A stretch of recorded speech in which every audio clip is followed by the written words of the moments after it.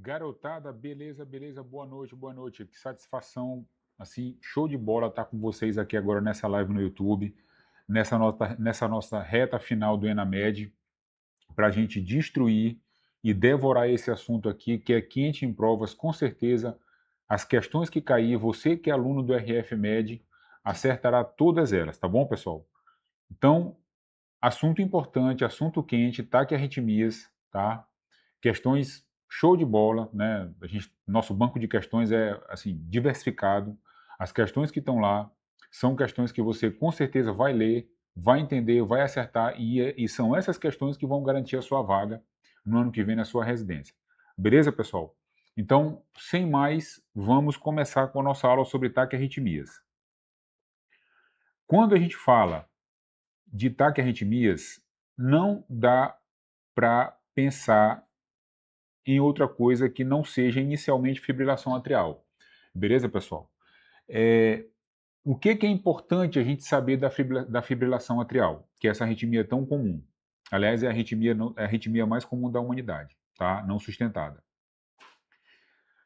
Toda vez que a gente fala de fibrilação atrial, é importante a gente entender que ela é baseada em pilares, tá? São 4 pilares que sustentam um pilar principal, que é exatamente a melhora da qualidade de vida do paciente. O paciente com fibrilação atrial, você tem por obrigação devolver a ele a sua qualidade de vida, melhorar a qualidade de vida desse paciente. Como é que nós vamos fazer isso? Com terapia antitrombótica, com controle da frequência cardíaca, controle dos fatores de risco e controle do ritmo cardíaco. Beleza, pessoal? Então, você conseguindo alcançar esses 4 pilares, você vai estar devolvendo a esse paciente aquilo que é de direito dele, que é a sua qualidade de vida. Já que a gente está falando em taquiarritmias, é importante a gente lembrar do conceito de taquicardias. Né? Taquicardia é exatamente aquela arritmia em que a frequência cardíaca é maior do que 100 batimentos por minuto. Se a gente for ver nas publicações, a diretriz brasileira de emissão de laudos de eletro, ele diz lá que a frequência normal é entre 50 e 99. A partir de 100, ele já considera taquicardia. Mas não se preocupe com isso não, viu, pessoal? Não é assim que vai cair na prova de vocês, não. A frequência sempre vai estar acima de 100 para não ter problema, não ter dúvidas, ok? Já a bradicardia, obviamente, é a frequência menor que 50 batimentos. Taquicardia maior que 100, origem supraventricular ou ventricular, e a bradicardia uma frequência menor que 50 a 60, podendo ser uma disfunção do nó sinusal ou bloqueio AV. Beleza, pessoal? Nessas situações, na situação de taquiarritmias, eu preciso lembrar que existem red flags, que são sempre emergências, sempre situações em que eu preciso agir de forma mais imediata para tirar o paciente do risco, que são situações exatamente como hipotensão, síncope ou pré-síncope, dor torácica típica, dispneia grave e congestão pulmonar, que é nada mais do que o paciente está sendo acometido por uma insuficiência cardíaca aguda ou crônica agudizada. Não vou brincar nessas situações, pessoal. Não tenho que pensar. Tratamento de eleição é a cardioversão elétrica sincronizada, ok? Taquicardia sinusal é a primeira das nossas modalidades que a gente vai apresentar aqui na nossa aula. Frequência cardíaca acima de 100, mas normalmente com menos de 150. Se é sinusal, obviamente que eu vou encontrar a onda P. A onda P vai ser uma onda P sinusal, ou seja, ela vai ser positiva em D1, D2 e AVF, que aliás esse é um grande critério de onda P sinusal. Devo lembrar que a taquicardia sinusal ela pode estar sendo provocada por uma outra condição, em que basta eu tratar essa outra condição para eu resolver a taquicardia sinusal do paciente. Dor, ansiedade, hipovolemia, febre, anemia, insuficiência cardíaca, sepse. Eu trato a condição secundária e com certeza vou resolver a arritmia. Tenho também, como taquiarritmia, a taquicardia atrial focal, que é unifocal no caso, ou então também a multifocal. A unifocal eu tenho um ritmo regular, eu tenho a onda P de somente uma morfologia, pode ocorrer sem doença pulmonar, que é o contrário da multifocal, que eu vou observar um DPOC acontecendo como causador da arritmia do paciente. Vou tratar com beta-bloqueadores, bloqueadores de canal de cálcio, antiarrítmicos e ablação, que aliás é uma grande opção nessa situação. Já na taquicardia atrial multifocal, eu tenho um ritmo irregular, tenho pelo menos 3 morfologias diferentes de onda P, esse aqui é a grande diferenciação em relação à unifocal. Quase sempre a causa da doença é o DPOC, então eu vou tratar o DPOC para resolver a arritmia do paciente e vou pensar que não é importante fazer a ablação, não responde como responde a unifocal. Beleza, pessoal? Vamos em frente. E aí, questãozinha show de bola para a gente devorar e destruir. Olha o que ele está perguntando. Questão de 2023, ritmo atrial multifocal.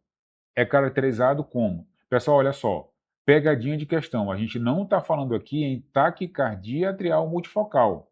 É um ritmo atrial multifocal. Se não é uma taquicardia atrial multifocal, eu já tenho que entender que eu não vou considerar uma frequência de taquicardia. Não vou considerar uma frequência acima de 100 batimentos.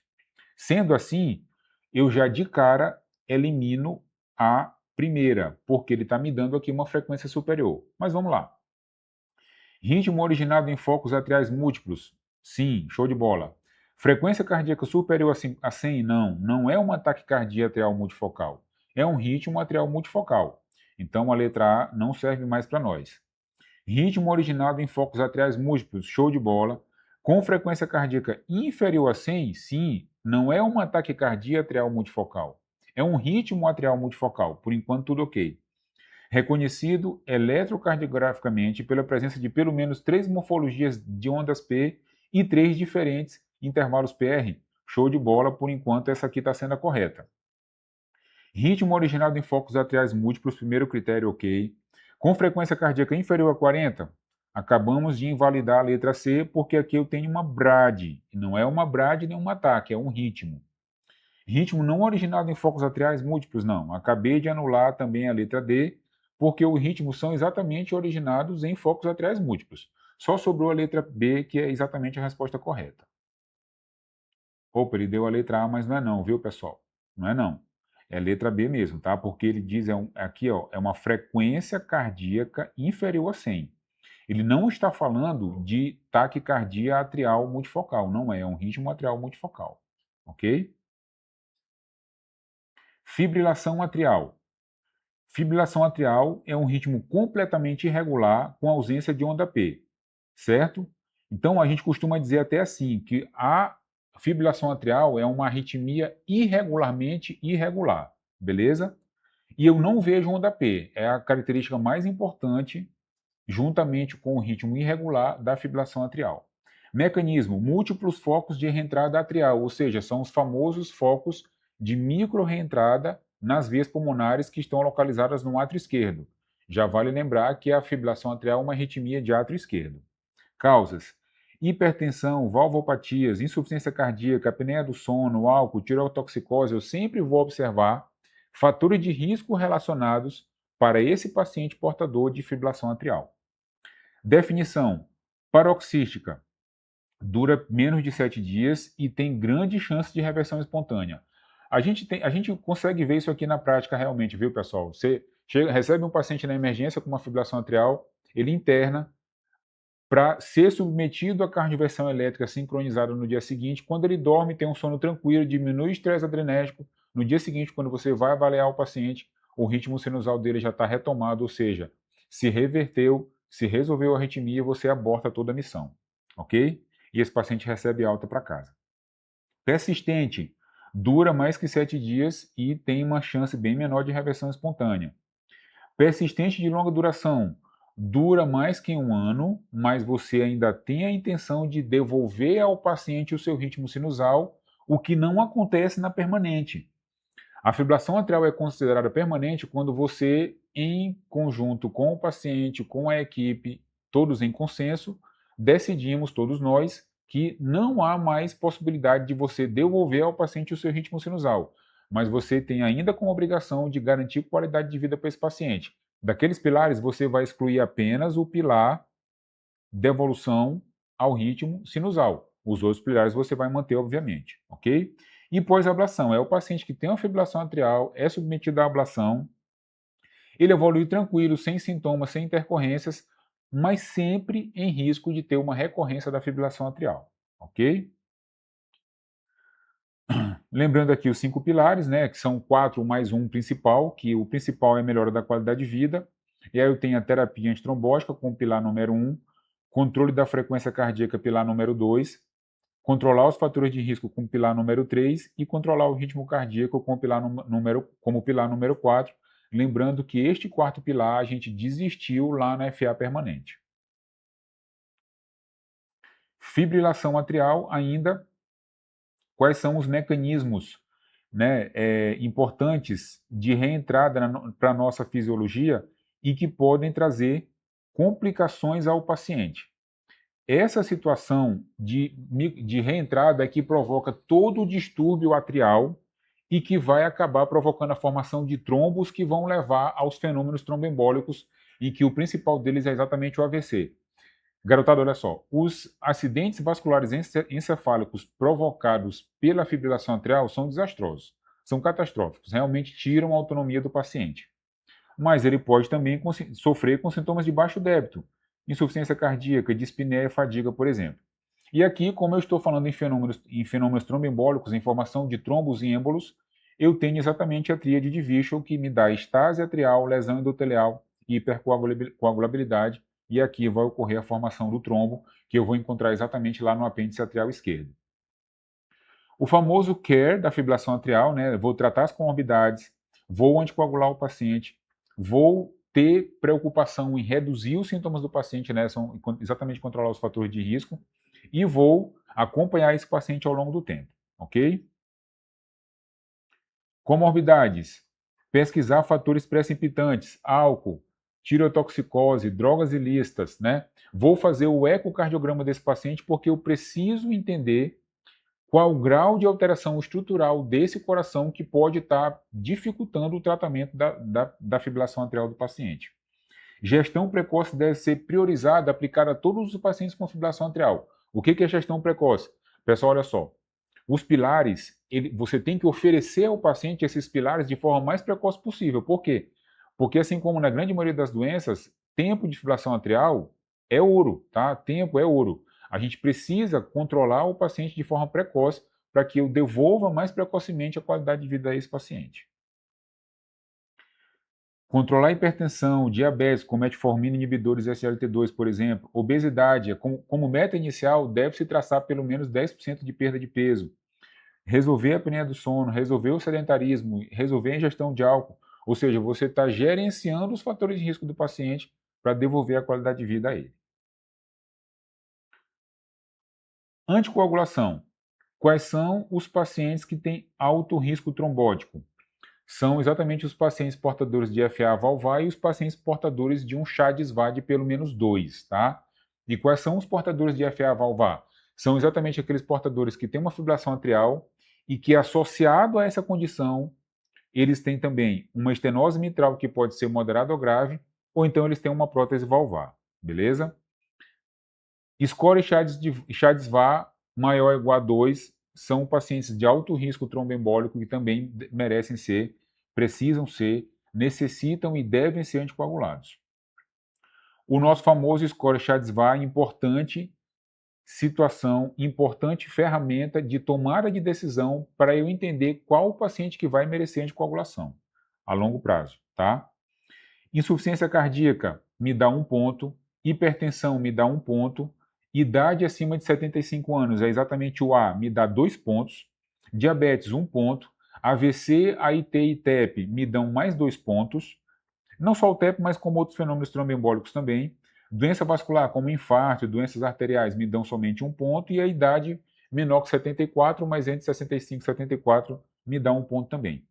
Então, qual é o pulo do gato aqui, pessoal? No score CHA-DISVA, eu preciso entender que existem duas situações que vão dar ao paciente logo de cara 2 pontos, que são exatamente a idade e a ocorrência de AVC, por exemplo, ou então ele teve um AIT, ou então ele teve uma embolia pulmonar, ou então outro fenômeno tromboembólico. Essas situações, o paciente já sai com 2 pontos. Então, digamos, você tem um paciente com fibrilação atrial que tem 76 anos. De cara, você não discute, ele já tem pelo menos 2 pontos no CHA-DISVA e já vai ser anticoagulado. Continuando aqui, pessoal, E aí, reforçando novamente, né, os pacientes com FA valvar e Chagas pelo menos 2 são pacientes de alto risco trombótico, que você não pode de forma alguma deixar esse paciente sem ser anticoagulado, sempre pesar, né, risco-benefício, mas o benefício sempre vai superar o risco. Preferencialmente, esses pacientes vão receber DOACs, e aí existem 4 drogas que a gente utiliza na nossa prática diária, edoxabana, rivaroxabana, pixabana e dabigatrana, tá? Inibidores do fator 10A são aqueles que têm o X na palavra, edoxabana, rivaroxabana, apixabana, e o dabigatrana, o Tzinho, né, é inibidor de trombina. Se o paciente tem uma FA valvar ou então ele tem um clearance menor que 15, eu excluo essas medicações da prescrição, não posso usar os DOACs e a opção vai ser exatamente a varfarina. Como curiosidade, vale lembrar que os 4 DOACs eu consigo usar até o clearance de 30. E aí, 3 deles eu consigo usar até o clearance de 15. Existe um DOAC que ele para no clearance de 30 e abaixo disso eu não desço, eu não consigo usar a dabigatrana em pacientes com clearance menor que 30. Os outros sim. Mas em clearance menor que 15 ninguém, aí só sobra mesmo como opção a varfarina. Beleza, pessoal? Continuando aqui, redução de sintomas. O paciente está instável, eu vou lembrar dos 4 Ds, dispneia doutorácica, os desmaios, né, que são as síncopes, e a diminuição da pressão arterial, que é exatamente a instabilidade hemodinâmica e hipotensão. Nesses pacientes, pessoal, não vamos brincar não, tá? Você tem que devolver ao paciente a sua chance de sobrevivência. Esse paciente vai precisar imediatamente de cardioversão elétrica sincronizada, ok?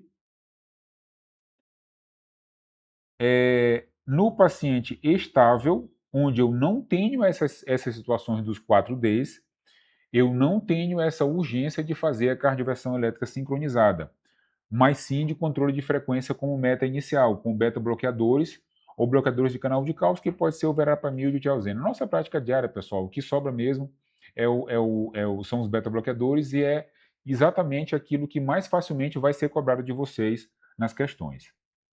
Não tem os 4 Ds, ou seja, o paciente não tem critérios de instabilidade, ele está estável. Já dei a ele o controle de frequência, mas o paciente também tem direito de ter o seu ritmo controlado, seja com choque, seja com amiodarona, seja com propafenona, né? E aí, o paciente que tem um primeiro episódio de FA, especialmente se for jovem, sem cardiopatia sintomática, paciente show de bola para controle de ritmo. Refratariedade sintomática, mesmo após bom controle de frequência, paciente show de bola para controle de ritmo também. Outros sinais favorecedores, paciente portador de insuficiência cardíaca, taquicardia, miopatia, é aquele paciente que tem uma FA de início recente, ou então um paciente que deseja ter o seu ritmo controlado, a esse paciente você vai conceder o direito de devolver a ele o seu ritmo sinusal. Vamos em frente, pessoal. Questãozinha show de bola de 2025, tá? Deixa eu só dar uma corrigida aqui, ok. Questãozinha show de bola de 2025. Homem, 26 anos, portador de asma. Olha só, pessoal, esse tipo de questão aqui, quando eu estou falando de taquiarritmias, quando ele fala doença pulmonar, DPOC, principalmente asma, ele já está querendo dar o aviso para você, já está querendo dar o recado para você, para que você tenha cuidado com os beta-bloqueadores. Quer ver uma coisa? Vamos continuar. Procurou o PA há cerca de 2 semanas com cerca de palpitações, ou seja, as palpitações começaram às 2 semanas. Não vamos nos esquecer do critério temporal, 2 semanas, tá? Realizado o diagnóstico de fibrilação atrial, com prescrição de metoprolol, nosso bom e velho Celozoc, por exemplo, oral, e solicitação de ecocardiograma ambulatorial. Após o uso da medicação, o paciente apresentou sibilância e dispneia. Lógico, ele é asmático e usou um beta-bloqueador. Grande chance de entrar em crise de asma, que foi exatamente o que aconteceu. Levando a suspender o metoprolol por conta própria. Com certeza você não continuaria o medicamento. Eu não continuaria o medicamento. Eu tomei o medicamento e associei aquele meu mal-estar ao medicamento. A primeira coisa que vem na cabeça da gente é suspender o medicamento. Realizou ecocardiograma transtorácico sem alterações.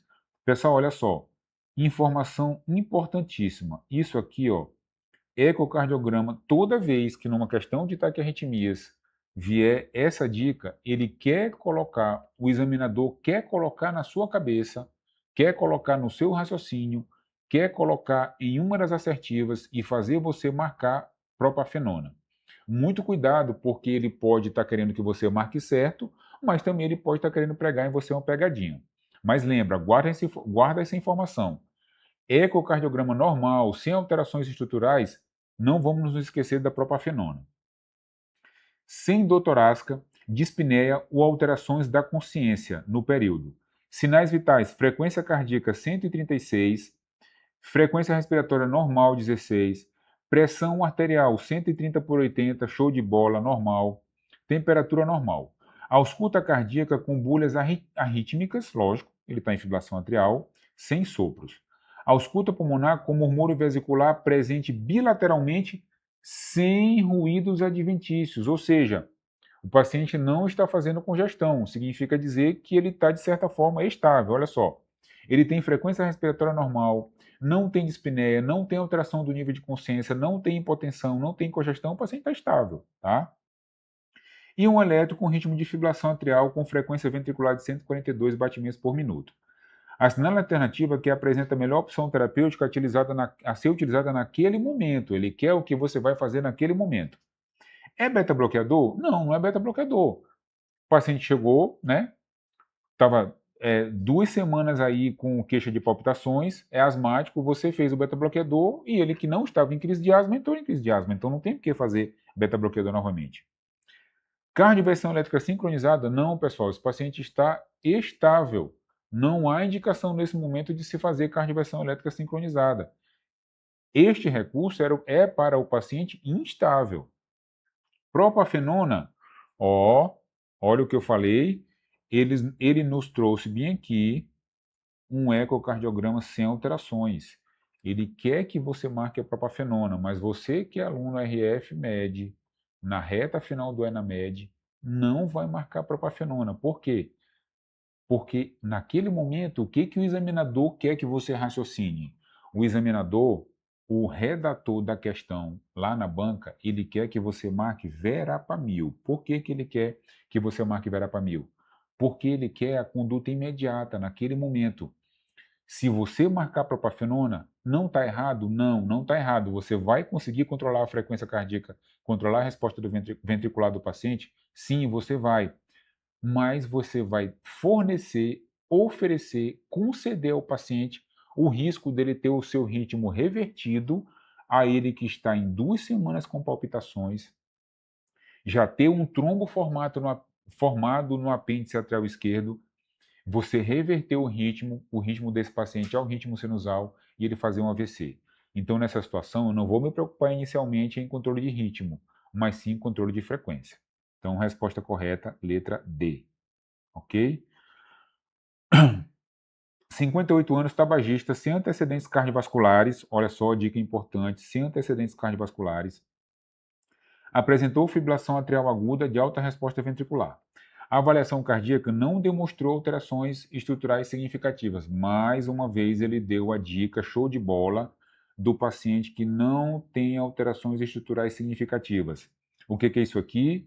Isto é sinônimo de propafenona. Isto é sinônimo de propafenona, tá? Não estou dizendo que essa é a resposta, estou dizendo que nós precisamos lembrar dessa droga quando ele der essa dica aqui, ó, sem alterações estruturais significativas. Foi realizada a cardioversão elétrica com sucesso, show de bola, já resolveu a situação do paciente. O médico decide a seguir pela administração de medicação voltada para a manutenção do ritmo sinusal. Você já resolveu a situação inicial do paciente, que é devolver a ele aquilo que é dele de direito, que é o seu ritmo sinusal. Mas não basta isso. Além de resolver a situação imediata, ele precisa que esse ritmo sinusal continue dessa forma. O que você vai fazer então? Vou dar beta-bloqueador? Não, não vou dar beta-bloqueador. O beta-bloqueador controla a frequência, mas ele não garante manutenção do ritmo. Não garante, tá? Vou dar digoxina? Raciocínio idêntico. Vou dar verapamil? Raciocínio idêntico. Vou dar metoprolol? Beta-bloqueador também, raciocínio idêntico.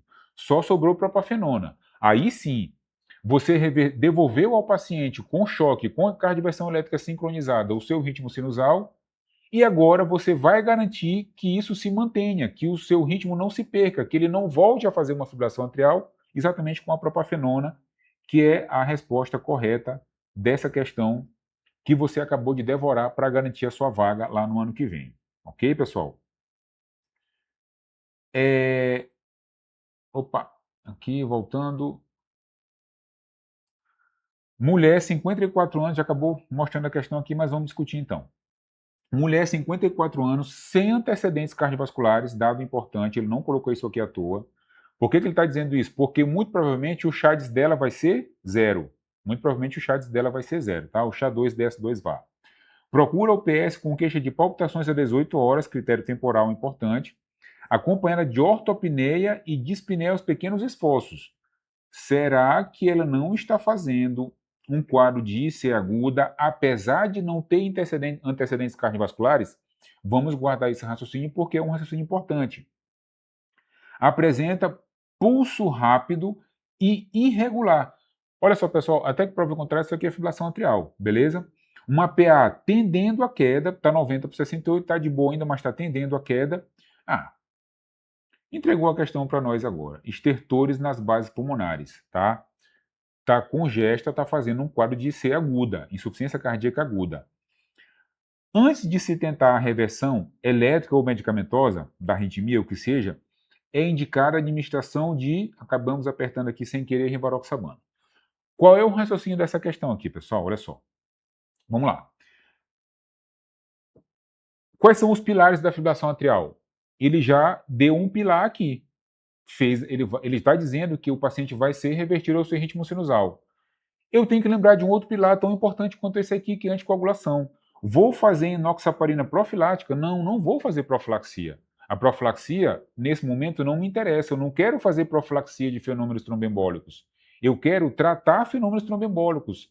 Eu quero garantir que não seja somente uma profilaxia, mas sim um tratamento. Tá? E aí a droga é rivaroxabana. Por que não pode ser clopidogrel?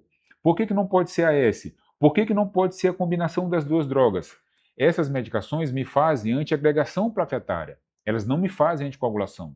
Quem faz anticoagulação, quem me faz obedecer um dos pilares, nessa situação aqui, é a rivaroxabana. Beleza, pessoal? Essa é a resposta correta. E aí nós vamos interromper um pouquinho agora para dar um recado show de bola de nós, um recado nosso aqui dessa reta final do RF Enamed. Garotada, olha só. Antes da gente continuar, a gente quer apresentar uma novidade show de bola para vocês, exatamente para quem está acompanhando a nossa live aqui e que vai ficar conosco até o final dessa reta final Enamed, até o final da nossa live, beleza? A gente lançou uma preparação show de bola, né, organizada, bem melhor organizada nessas últimas semanas, direcionada para o estudo que realmente precisa ser revisado. Beleza, pessoal? O que vai acontecer? Você vai ter acesso a videoaulas organizadas por prioridade, banco de mais de 78 mil questões comentadas, marcador de revisões, simulados e outros recursos da plataforma RFMed. Isso, pessoal, só é oferecido aqui para quem está nessa live, beleza, pessoal? O acesso fica disponível até o dia 12 de setembro, mas obviamente que quem está nessa live vai ter, né, antecipadamente a sua vaga garantida. E para fazer isso, para garantir sua vaga, você só precisa apontar o seu celular para o QR Code que está na tela, fazer sua inscrição por um valor de apenas R$ 87,90 para garantir o seu acesso até o dia 12 de setembro, importante nessa reta final Enamed. Beleza, pessoal? Não perde essa oportunidade, não. Aponta o teu celular agora para o QR Code e faz a tua inscrição, garante o teu acesso. Show de bola! Vamos voltar aqui para a nossa live para a gente continuar o nosso processo de devorar questões, que, aliás, vem mais uma agora. Deixa eu ver se é isso mesmo. Ok? Não, antes disso, temos mais um slide aqui falando coisas importantes sobre fibrilação atrial. No paciente estável, a gente vai, obviamente, reduzir sintomas, tá? Não tem o 4D. Deixa eu ver se é isso aqui, pessoal. Tá certo? É isso mesmo, ok. Controle de ritmo com choque, amiodarona, propafenona, tá? Como é que eu vou diminuir o risco trombótico desse paciente? Se ele tem um risco alto, e se ele é um paciente, obviamente, que tem mais de 24 horas de fibrilação atrial ou tempo indeterminado, esse paciente é candidato a ter profilaxia de fenômenos tromboembólicos com drogas, tá? Mas para isso, eu preciso respeitar também os pilares. Não posso esquecer de forma alguma de fornecer ao paciente a chance que ele tem de devolver a ele o seu ritmo sinusal, ok? Como é que eu vou fazer isso, pessoal? Olha só, dica importante. Existem duas situações aqui. Ou eu disponho do eco transesofágico ou eu não disponho do eco transesofágico, ok? Como é que eu vou proceder nas duas situações? Muito simples. Se eu tenho o eco transesofágico, obviamente que eu vou fazer o eco transesofágico. Uma vez que eu faço o eco transesofágico e consiga enxergar o apêndice atrial esquerdo do paciente e lá eu não encontro trombo, eu não tenho dúvidas. Vou proceder à cardioversão elétrica sincronizada, beleza? Por quê? Porque se o paciente não tem trombo no apêndice atrial esquerdo, eu tenho a liberdade de cardioverter o paciente, porque eu sei que na ausência de trombo eu não vou fazer o paciente ter um AVC. Não vou dar ao paciente um AVC, ok? Beleza. E isso na situação de eu dispor de um eco transesofágico. Mas se eu não dispuser de um eco transesofágico, se não está na minha mão o eco transesofágico, o que eu faço? Eu vou anticoagular esse paciente por 3 a 4 semanas. Depois desse tempo, ele volta para o hospital para aí sim eu fazer a cardioversão elétrica sincronizada, ok? Por quê? Porque eu tendo certeza que esse paciente usou o anticoagulante por 3 a 4 semanas, eu vou entender que um provável trombo que estava lá se dissolveu. E agora eu vou ter segurança em fazer a cardioversão elétrica sincronizada, porque eu sei que eu não vou dar a ele um AVC. Depois da cardioversão, seja na situação de eu dispor de um eco transesofágico ou não, esse paciente vai ser anticoagulado por 4 semanas ou então para sempre. O que vai diferenciar isso aqui, pessoal? É o CHADS. CHADS alto, acima de 3 ou acima de 4, esse paciente vai ter, obviamente, que ser anticoagulado por resto da vida. Não vou considerar apenas o tempo de 1 mês, 30 dias. A anticoagulação vai ser por toda a vida nessa situação, ok? Mulher, mais uma questão aqui para a gente devorar. 23 anos de idade, refere palpitações aos grandes esforços. Ao exame físico, bom estado geral, corada e hidratada, pH show de bola, 120/8, não tem alterações de pressão arterial. Frequência cardíaca, né, a famosa resposta ventricular de 96 batimentos por minuto, significa dizer que ela tem, do ponto de vista de resposta ventricular, estabilidade. Com pulso irregular, já me aponta falando a favor de fibrilação atrial realmente. Ausculta cardíaca, bolhas arrítmicas com sopro diastólico em Rufflar em foco mitral. Pessoal, dica de prova, olha só. Isto aqui é igual a EM, estenose mitral. Esta frasezinha de 1, 2, 3, 4, 5, 6, 7 letras é igual a estenose mitral. Toda vez que vocês olharem numa questão esta assertiva, esta afirmação, este dado importante, sopro diastólico em Rufflar, em foco mitral, ou Rufflar mitral, ou Rufflar mitral diastólico, ou Rufflar diastólico mitral, isto é estenose mitral, ok? Isto é estenose mitral. Isto é igual a estenose mitral, matematicamente igual do ponto de vista de questões de prova à estenose mitral. Ausculta pulmonar, murmúrio vesicular presente sem ruídos adventícios, ou seja, não há congestão, abdômen sem alterações, membros inferiores, pulsos presentes, simétricos e sem edema, ou seja, ele falou 2 vezes para a gente que o paciente não tem congestão, porque ele não tem ruídos adventícios na ausculta e não tem edema, ou seja, ele não está com retenção de líquido. Quais são os diagnósticos mais prováveis? Vamos lá. A gente já entendeu que sopro de é estenose aórtica? Não, não é estenose aórtica. É insuficiência mitral? Não, não é insuficiência mitral, é estenose mitral. É insuficiência aórtica? Não, não é, estenose mitral. É insuficiência tricúspide? Não, não é, estenose mitral. Então só me sobra a letra D, tá?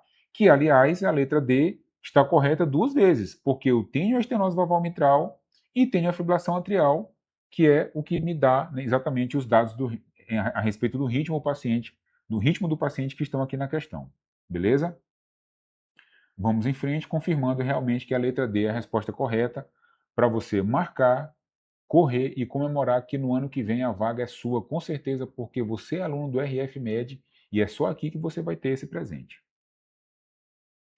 52 anos, sexo masculino, questãozinha da Unifesp de 2019, previamente rígido, assintomático, olha só, dado super importante aqui da questão, comparece à consulta de rotina do ambulatório.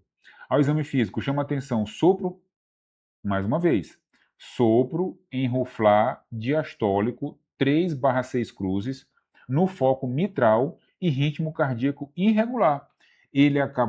O examinador acabou de dizer para a gente que o paciente tem uma estenose mitral. Tá? Ele acabou de dizer para a gente isso, que ele tem uma estenose mitral. Ainda disse mais alguma coisa. Ele diz, ao dizer que o ritmo cardíaco é irregular, ele está colocando na nossa cabeça que isso aqui tem grande chance de ser uma fibrilação atrial, que nós vamos confirmar já já olhando o eletro. Frequência cardíaca em torno de 84 batimentos, ou seja, tem resposta ventricular controlada. Lembrar, pessoal, olha só, dica bacana. Na fibrilação atrial, apesar de que eu considero frequência cardíaca normal de 50 a 100, 50 a 99, como queiram, na fibrilação atrial, frequência, né, resposta ventricular controlada é até 110, acima de 110 que eu considero descontrolada. Realizado o eletrocardiograma, que está aqui na figura, que é um eletrocardiograma de fibrilação atrial com certeza, e um eco transtorácico que evidenciou estenose mitral moderada, tá? Então o que ele pergunta? Qual a conduta deve ser tomada naquele momento? Iniciar rivaroxabana? Não, eu não uso DOAX na FA valvar. Esse paciente tem uma FA valvar. Como é que eu sei? Porque ele tem uma estenose mitral e ele tem uma fibrilação atrial, tá? Ele tem uma estenose mitral, tá aqui. A questão disse aqui e disse aqui, ok? A questão entregou para nós o diagnóstico de estenose mitral das duas formas, né? E a gente tem que lembrar que nessa situação de FA valvar eu não vou usar os DOACs. Medicação de eleição é a varfarina. Então eu já saio eliminando todo mundo que tem DOAC e vou ficar só com a varfarina. Tenho varfarina aqui? Tenho. Tenho varfarina aqui? Tenho. Manter conduta expectante? Não, já eliminei também. Tá? Eu não posso deixar o paciente com fibrilação atrial, com uma FA valvar, que é um paciente com alto risco trombótico, não posso de forma alguma deixá-lo em conduta expectante. Preciso fazer alguma coisa, preciso fazer o principal pilar desse paciente aqui, preciso dar a ele o principal pilar, que é a anticoagulação. Sendo assim, e lembrando que é um paciente assintomático, não preciso internar esse paciente. Já falei que não vou ter conduta expectante também. E já falei também que não vou usar a rivaroxabana. Só nos sobrou o quê? Iniciar a varfarina e realizar a monitorização do NR ambulatorialmente. Por que ambulatorialmente? Porque é um paciente que está estável, assintomático, tá? Não preciso internar esse paciente não, viu, pessoal? Ok? Confirmando aqui letra B como sendo a correta. Mulher, 58 anos, em fibrilação atrial com 72 horas de evolução. Olha só, critério temporal importante. E CHADS de 4, CHADS altíssimo. Não tenho mais nenhuma dúvida que essa paciente será, com certeza, anticoagulada, ok? Possui clearance de creatina de 12. Olha outro dado importante que ele está dando para a gente. Esse clearance de 12, o examinador já está dando para nós a pista de que a gente não pode usar os DOACs.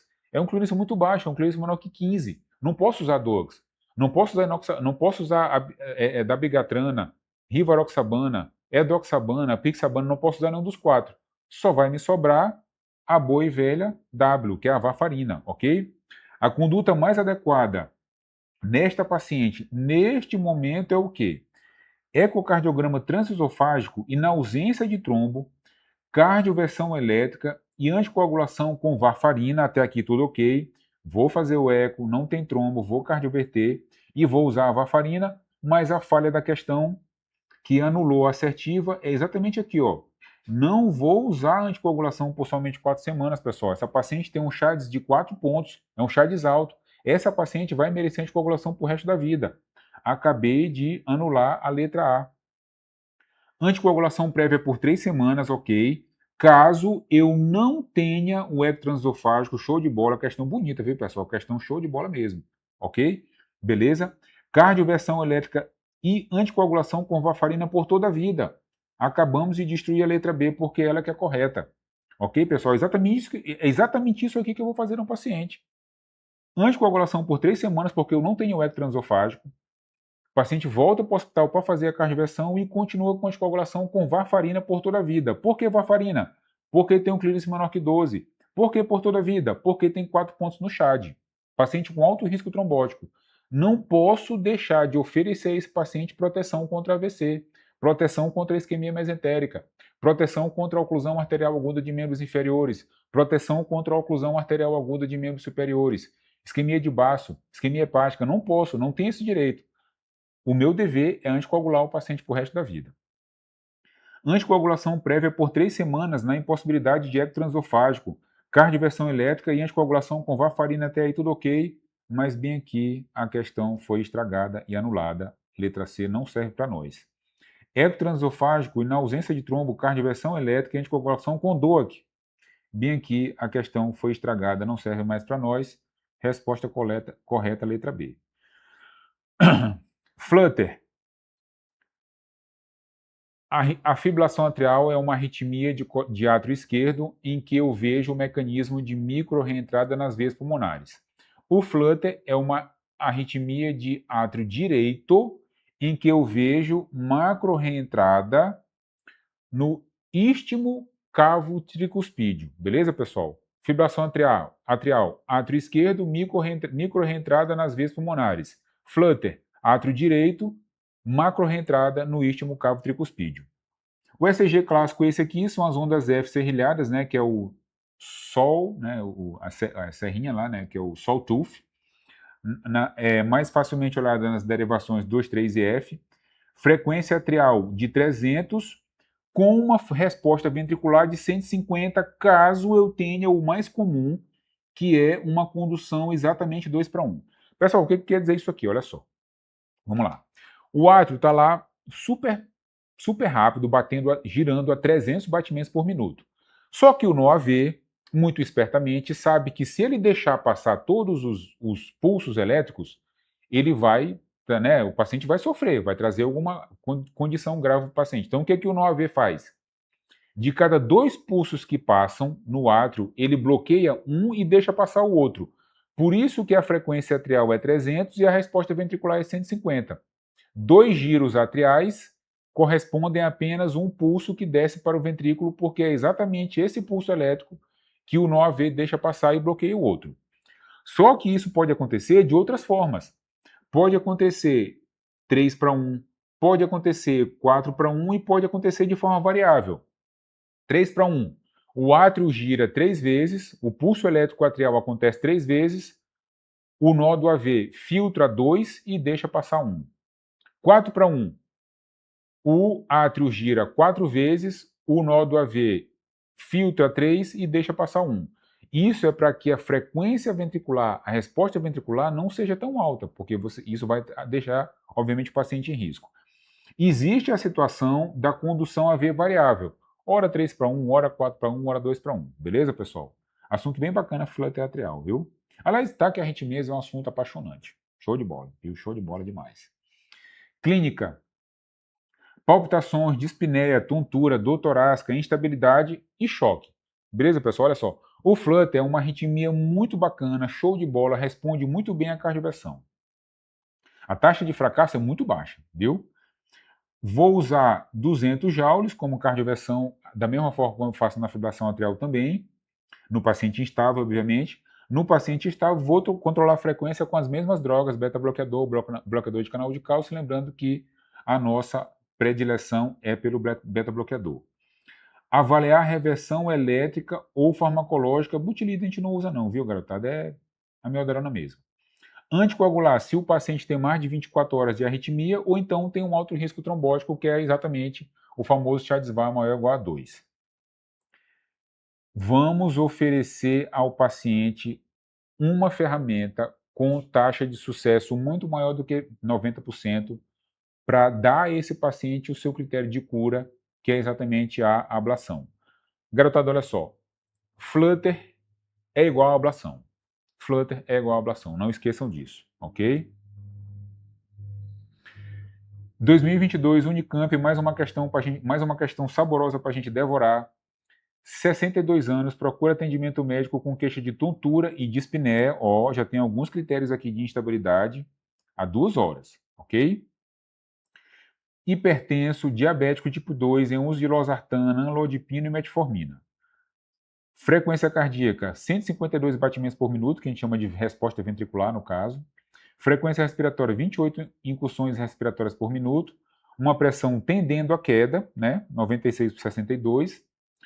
Oximetria de pulso, esse aqui, na minha opinião, pessoal, esse aqui foi o dado mais importante da questão. Olha só, saturando a 88% em ar ambiente. Esse paciente não está instável, não está estável com certeza, muito pelo contrário, ele tem critérios de instabilidade. Consciente orientado, porém sonolento. Critério de hipoperfusão cerebral. Murmúrio vesicular presente com estertores crepitantes finos, bilaterais, até campos pulmonares médios. Tá? Pessoal, olha só, esse paciente está com gesto. Não deixa de entender isso aqui, garotada, como uma situação grave de instabilidade. Saturando 88%, estertores até os campos médios. Esse paciente está com gesto, ele está fazendo edema agudo, tá? Fazendo um quadro de insuficiência cardíaca aguda manifestado pelo edema agudo pela congestão pulmonar. ECG realizado na sala de emergência nos mostra isso aqui. É um flutter. Não há dúvida que isso aqui é um flutter atrial. Olha só, derivações 2, 3 com a onda serrilhada, né? O sawtooth, né? Que é a serrinha. O diagnóstico e a conduta são reentrada nodal? Nem pensar. Essa descrição aqui não é de reentrada nodal e o eletro também não é de reentrada nodal. É um flutter 2 para 1 e a minha conduta imediata é a cardioversão elétrica sincronizada? Com certeza. Esse paciente tem um flutter e eu preciso fazer a cardioversão elétrica sincronizada. É uma reentrada nodal? Não, não é uma reentrada nodal. Eu já anulei a A e a C.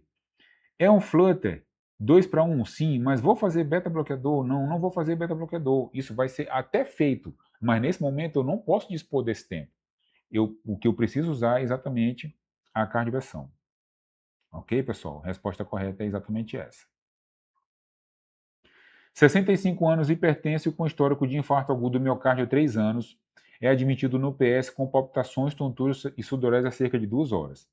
Ao exame físico, encontra com pressão arterial de 9 por 6, tendendo à queda, frequência cardíaca de 160 batimentos por minuto, bem aumentada a resposta ventricular, pulsos finos e irregulares,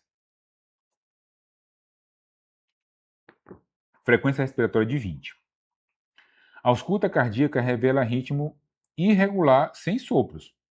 Ele já deu a pista para a gente que o ritmo é irregular, então pode ser um flutter com condução a via variável, pode ser uma fibrilação atrial, vamos seguir em frente. O eletro é realizado e revela uma taquicardia com o QRS estreito e ondas P não visualizadas claramente.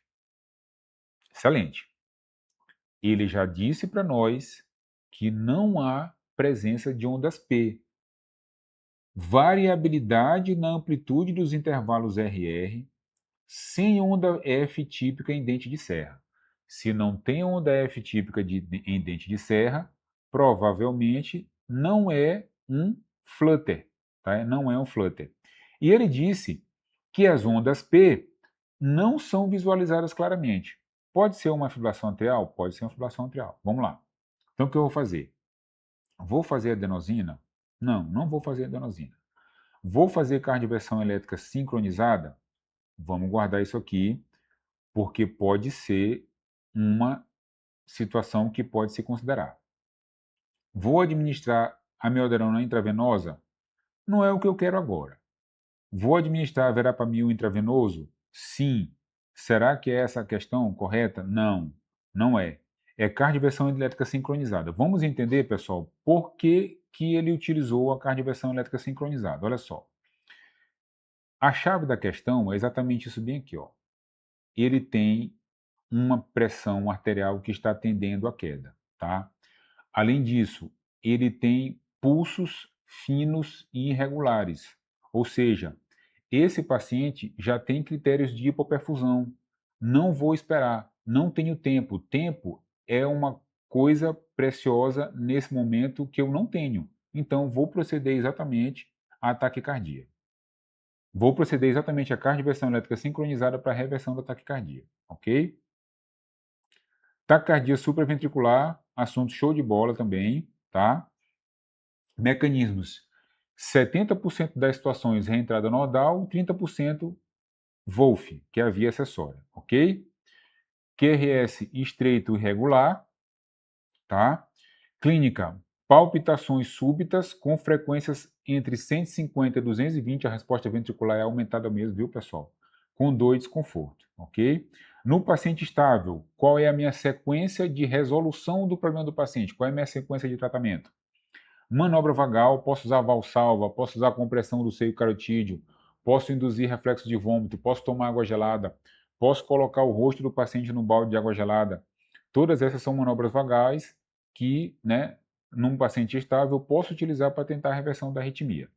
Caso não funcione, vou utilizar a principal droga, que é a adenosina.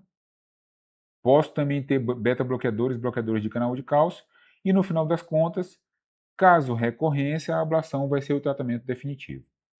No paciente instável, eu não posso dispor dessa sequência aqui, muito pelo contrário, eu tenho que tirar o paciente daquele momento, naquele momento da arritmia. Por quê? Porque ele tem critérios de instabilidade. Sendo assim, vou proceder exatamente à cardioversão elétrica sincronizada entre 50 a 100 joules, vamos fixar em 100 joules. Paciente instável, quem é esse paciente? É o paciente hipotenso, que tem dor torácica, dispneia, congestão pulmonar, alteração do sensório, síncope, fazendo um quadro de C aguda. Esse paciente eu não consigo esperar, esse paciente precisa ser cardiovertido imediatamente.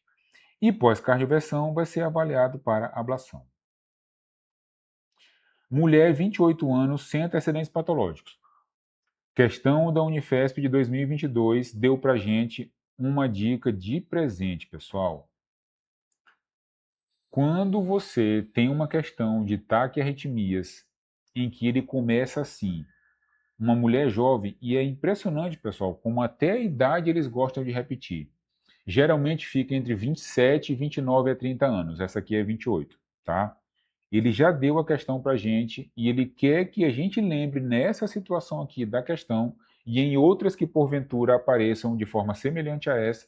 Ele já deu o spoiler para a gente, já deu a resposta que ele quer que a gente lembre, nós lembremos, que a gente lembre de taquicardia supraventricular.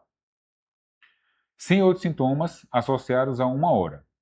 PA, show de bola, 110 por 70, frequência cardíaca de 170 bem aumentada, com saturação de 99, e ele mostra esse eletro aqui, que é exatamente um eletro de taquicardia supraventricular, e aí eu vou tratar como? Com adenosina. Essa aqui é a resposta da questão, por quê? Eu até poderia tentar manobra vagal? Poderia, né? O paciente está estável, mas nessa questão ele não me dá a opção de manobra vagal, ele me dá a opção de drogas. E quando eu falo em drogas, eu preciso lembrar de exatamente a adenosina, que é a questão correta. Paciente do sexo feminino, de 27 anos, ó, mais uma vez, ele deu o spoiler principal, deu a dica principal para a gente em uma mulher jovem com idade entre 27 a 29, 30 anos. Veio ao PS referindo palpitações taquicárdicas associadas a mal-estar. A avaliação apresentava PA ok, show de bola, 126 por 74, uma frequência bem aumentada, uma resposta ventricular de 180 batimentos por minuto, frequência respiratória de 16 incursões respiratórias por minuto, com uma saturação normal de 28%. Realizou o seguinte eletrocardiograma. O diagnóstico mais provável para essa paciente, dentro desses diagnósticos aqui, com esse eletro, é exatamente uma taquicardia supraventricular, ok? Não é uma fibrilação atrial. Por que não é uma fibrilação atrial? Porque o ritmo é regular, o intervalo RR é regular. Não é um flutter, por quê? Porque eu não vejo ondas F, não vejo o sawtooth, né, que é o serrilhado. Não é uma TV porque não é uma taquicardia de QRS alargado, mas sim uma taquicardia de QRS estreito, só me sobrou TAC supra, ok?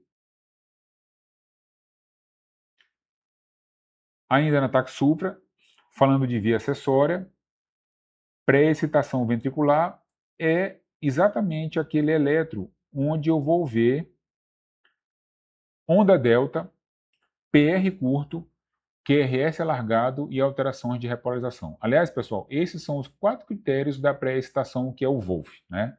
PR curto, onda delta, QRS alargado e alterações de repolarização. Se eu tenho um paciente que além do Wolff ele tem FA, eu vou chamar isso de FA pré-excitada. Condição grave, viu pessoal? Viu, garotada? Alto risco desse paciente evoluir a risco a fibrilação ventricular. Conduta. Não usar as 4 letras do nosso alfabeto, A, B, C, D. Não vou usar adenosina, beta-bloqueador, C de cálcio, né, os bloqueadores de canal de cálcio e de digoxina. Por quê? Garotada, olha só. O que é a tal da via acessória? O que é o tal do Wolff? Onda delta, PR curto, QRS alargado e alteração de repolarização. O Wolff é nada mais do que uma via acessória que foge, em que o pulso elétrico vai fugir ao invés de passar pela via fisiológica normal, que é a via do nódo AV. Beleza? Se eu usar uma dessas 4 drogas, adenosina, beta-bloqueador, bloqueador de canal de cálcio e digoxina, eu vou inibir a via fisiológica normal, que é a via do nódo AV, e dar a esse paciente a chance de o pulso elétrico descer apenas pela via acessória. Vou complicar a vida do paciente. Vou complicar a vida do paciente. Então, não vamos usar esses medicamentos em Wolff, tá? Posso usar esses outros aqui, ó, tá? Posso usar esses outros aqui. No final das contas, pessoal, o que sobra por Wolff é cardioversão e amiodarone, ok? E como tratamento definitivo para você resolver definitivamente o problema do paciente é a ablação da via acessória. Aqui, pessoal, uma imagem bem bacana mostrando exatamente o que é a tal da onda delta. A onda delta é essa rampinha bem aqui, ó. Ela aparece exatamente quando eu tenho o PR curto. Toda vez que o PR fica muito curtinho, ela aparece. Por quê? Porque ela acaba puxando o QRS para ele, alargando o QRS, e aí no final das contas eu vou ter uma alteração de repolarização. Pronto. Em uma simples imagem eu consegui enxergar os 4 critérios do Wolff, né, da pré-estação. PR curto, onda delta, QRS alargado e alteração de repolarização. 25 anos, chega a emergência referindo dor torácica de forte intensidade. Olha só. Mais uma vez, um paciente jovem. Só que aqui, pessoal, tem um detalhe importante. Não disse o sexo. Não é mulher, não é indivíduo do sexo feminino. Então, eu posso até pensar em TAC supra, posso, mas eu tenho também que lembrar do Wolff, ok? Vamos em frente. Associada a taquicardia e palpitações. O eletro evidenciou taque sinusal com QRS estreito. Marcelo, você não acabou de falar que no Wolff o QRS é alargado? Sim, mas existe uma situação no Wolff sim, que é o Wolff intermitente, em que o QRS pode vir estreito perfeitamente sem problema nenhum. Aí ele continua na questão e agora ele vai dar a questão para a gente de presente. Ó. Acabou de falar que o intervalo PR está encurtado. Na hora que ele disse isso aqui, em uma paciente jovem com uma taquicardia sinusal, e com um supradesnivelamento do ST, com investigação enzimática não mostrando elevação dos marcadores de necrose miocárdica, ele disse para a gente, pessoal, que isto é uma síndrome de Wolff-Parkinson-White. Por que não é as outras coisas? Brugada não tem nada a ver com essa descrição, nada a ver. Fibrilação atrial, não é uma fibrilação atrial, tá? Não é uma fibrilação atrial. Flutter, muito menos. A fibrilação atrial e o flutter, eu não vejo encurtamento do intervalo PR, a não ser que seja uma FA pré-excitada. Mas é um Wolff, são todos os critérios de Wolff. Né? QRS estreito, PR curto. Um supra de ST, esse supra de ST aqui, ele está traduzindo para mim uma alteração de repolarização. Eu digo assim, mas um supra não é isquemia? Mas ele disse para a gente aqui, ó, que a investigação enzimática não mostrou elevação dos marcadores, ou seja, troponina normal. O paciente não está infartando. Esse supra aqui não é um supra isquêmico. Muito pelo contrário, é um supra não isquêmico de alteração de repolarização. Só nos sobra exatamente o Wolff. TV, chegando já no final da nossa live aqui, pessoal, e já antecipadamente agradecendo a presença de todos. Vamos então continuar aqui com a nossa taquiarritmia, falando exatamente de taquicardia ventricular, ok? É um ritmo cardíaco originado abaixo da bifurcação do fecho de His, ou seja, A TV, o nome está dizendo, é uma taquicardia ventricular, originada no ventrículo, não é acima do feixe de His, é abaixo do feixe de His. QRS largo de pelo menos 120 minutos com ritmo regular, caso seja uma TV regular. Critério diagnóstico-chave, QRS de pelo menos 120 com frequência cardíaca, geralmente entre 120 e 250 batimentos por minuto e ritmo regular. Etiologia mais comum, pós-infarto, porque nessa situação eu tenho uma cicatriz miocárdica. A cicatriz é exatamente um ponto arritmogênico. Naquele ponto onde ocorre a cicatriz, onde está a cicatriz, onde eu encontro a cicatriz, ali vai nascer uma arritmia ventricular. Doença arterial coronariana, insuficiência cardíaca, cardiopatia chagásica. A cardiopatia chagásica, ela é uma doença arritmogênica por diversos mecanismos. Desorganização dos miócitos, fenômenos embólicos, né, fenômenos elétricos, degeneração do sistema de condução, miocardite, é uma doença que realmente acaba trazendo muitos mecanismos patológicos ao ventrículo e esses mecanismos realmente vão desenvolver arritmias ventriculares. Outras causas, miocardiopatias dilatada, hipertrófica, ritmogênica do VD, doenças valvares, miocardite, intoxicação por drogas, como cocaína e anfetaminas, por exemplo, distúrbios hidroeletrolíticos, como hipocalemia, hipomagnesemia, lembrar sódio e potássio, desculpa pessoal, potássio e magnésio são íons importantes quando a gente pensa em arritmias ventriculares. QT longo levando a torsades, condição gravíssima, vamos já ver mais na frente alguma coisa interessante sobre QT longo. Ok, pessoal? 2025, mais uma questão para a gente devorar. 55 anos, sofreu uma parada cardiorrespiratória durante esforço físico.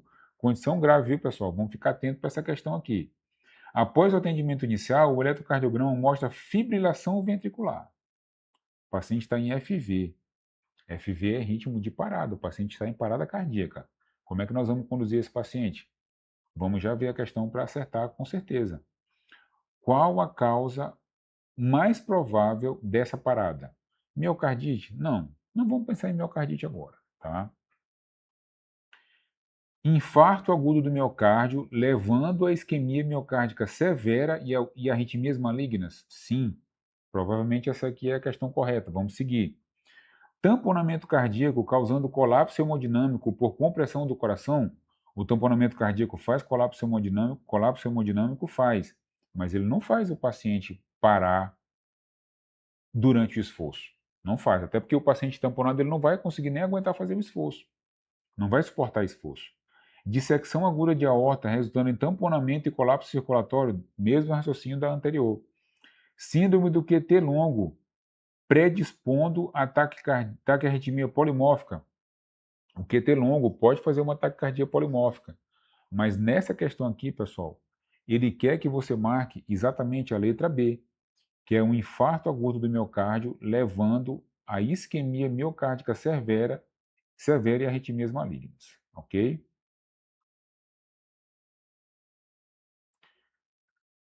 Mais um pouco sobre taquicardia ventricular. A monomórfica sustentada, né? Eu observo exatamente essa conformação e eu digo assim, por que a TV eu chamo ela de sustentada? TV sustentada é aquela que dura pelo menos 30 segundos ou então o paciente se evolui sintomático, ok? E ela é monomórfica porque se a gente observar aqui, pessoal, os QRS têm todos a mesma morfologia. Essa é a TV monomórfica. A monomórfica não sustentada é aquela que não dura, ela é monomórfica, né? Os QRS são todos de uma mesma morfologia, mas ela não dura mais do que 30 segundos e ou não dá sintomas ao paciente. A polimórfica, você percebe aqui que os QRS não são de uma única morfologia, eles são totalmente diferentes. E a torsade de Dupont é exatamente aquela arritmia em que eu tenho um intervalo QT longo, né, associado, em que, além disso, além do intervalo QT longo, vai ocorrer uma degeneração a uma taquicardia ventricular polimórfica sustentada, que é exatamente a torsade de Dupont. A clínica da taquicardia ventricular, palpitações intensas, dispneia, tontura ou síncope doutorácica, sinais de instabilidade, hipotensão, choque cardiogênico, alteração do sensório e edema agudo de pulmão. Ou seja, pessoal, a taquicardia ventricular é condição grave que você vai ter obrigação de agir de forma imediata, tá? Caso o paciente instável, eu posso usar a amiodarona, né? No dia a dia, pessoal, na prática diária, a gente não vai usar essas coisas, não. Essas condutas, né? Taquicardia ventricular é igual a cardioversão. Alternativa, procainamida ou sotalol, né? Se eu estou pensando em droga, é a amiodarona. No paciente instável, vou fazer cardioversão elétrica sincronizada entre 100 e 200 joules. Na questão é isso que ele vai... Nas questões de taquicardia ventricular, pessoal, muito provavelmente é isso que ele vai querer que você faça. Que você pense em cardioversão elétrica sincronizada. Paciente em parada, aí sim, eu não vou conseguir fazer sincronia, não vou conseguir sincronizar. Por quê? Porque o cardioversor, ele precisa ler o intervalo RR do paciente, ele precisa enxergar a onda R para sincronizar o choque exatamente em cima da onda R. Numa situação de ritmo de parada, ele não consegue encontrar a onda R. Por isso que você não vai fazer cardioversão, você vai fazer desfibrilação. Ritmo de parada é desfibrilação. Questõezinha de 2022. 10 meses, lactente, apresenta palidez cutânea, taquipneia e taquicardia 4 horas. Exame físico, frequência cardíaca acima de 150 batimentos por minuto, afebril com pulsos finos. Perfusão periférica diminuída e tempo de enchimento capilar de 4 segundos, ou seja, o paciente já tem sinais de instabilidade. Frequência cardíaca de 160 batimentos por minuto, ausência de ondas P. Complexos QRS com duração aumentada de 160 milissegundos, acima de 120, que é o máximo normal. E o eletro já mostra para a gente que é uma TV, tá? E é uma TV monomórfica, ele disse na questão e mostrou no eletro também. Qual é o diagnóstico? Taquicardia ventricular. É um ataque sinusal? Não, não é um ataque sinusal, não tem onda P aqui, eu não consigo enxergar onda P de forma alguma. É uma taquicardia atrial? Não, não é uma taquicardia atrial. É um ataque juncional? Nem pensar. Só sobra realmente taquicardia ventricular. 57 anos, procura o pronto atendimento com queixa de palpitações e dor torácica tipo aperto de início a 30 minutos. Apresenta hipotensão. Olha só, pessoal. Pressão de 6/4. Após avaliar o ritmo mostrado, qual é a conduta mais adequada? Isso aqui, pessoal, é uma TV monomórfica com certeza. E além de ser uma TV monomórfica, é uma TV monomórfica sustentada. Por quê? Porque o paciente está sintomático e tem critério de instabilidade, ele tem uma pressão de 6/4. O que eu vou fazer nesse momento para esse paciente? Sem pensar, sem gastar tempo, cardioversão elétrica sincronizada. Vou fazer manobra vagal? Nem pensar, manobra vagal é para ataque supra. Adenosina, ataque supra. A meldarona, posso até usar, mas não nessa situação de instabilidade. Na situação de instabilidade, eu preciso resolver a questão do paciente, o problema do paciente, a condição do paciente de forma imediata. E o meu recurso que eu tenho de forma imediata é exatamente a cardioversão elétrica sincronizada. Deslanosídeo, digital, nem pensar. Então, eliminei as 4 anteriores, só me sobrou a letra E, que é a questão correta, ok, pessoal? 54 anos com infarto. Isso aqui, pessoal, olha só. Garotada, toda vez que isso aqui acontecer em uma questão de taquiarritmias, não esqueçam de raciocinar em função de taquicardia ventricular. Por quê? Porque ele disse a você que o paciente infartou. O infarto, na grandíssima maioria das vezes, é no ventrículo. Lá no ventrículo, esse infarto vai gerar uma cicatriz. E a cicatriz é uma zona arritmogênica. Ali vai nascer uma arritmia. Ali vai nascer uma taquicardia ventricular. Apresentando supra de ST em parede anterior, infarto grave, infarto com supra. É submetido a trombólise com delta T de 3 horas. Evolui com critérios de reperfusão em KILIP 2. No segundo dia de internação, apresenta palpitação, dor torácica e dispneia sem perda de consciência. O monitor registra o traçado a seguir. Neste momento, a conduta mais adequada é magnésio. Magnésio pensando em torsade. Não é torsade, é uma TV monomórfica. Torsade é uma TV polimórfica. Não vou pensar em magnésio agora, não. Desfibrilação? Não, não vou fazer desfibrilação. O paciente não está em ritmo de parada, ele está fazendo uma TV sem estar parado, é uma TV monomórfica. Vou pensar em amiodarona para depois, mas como conduta imediata, ó, neste momento, cardioversão bifásica com 100 joules, ok?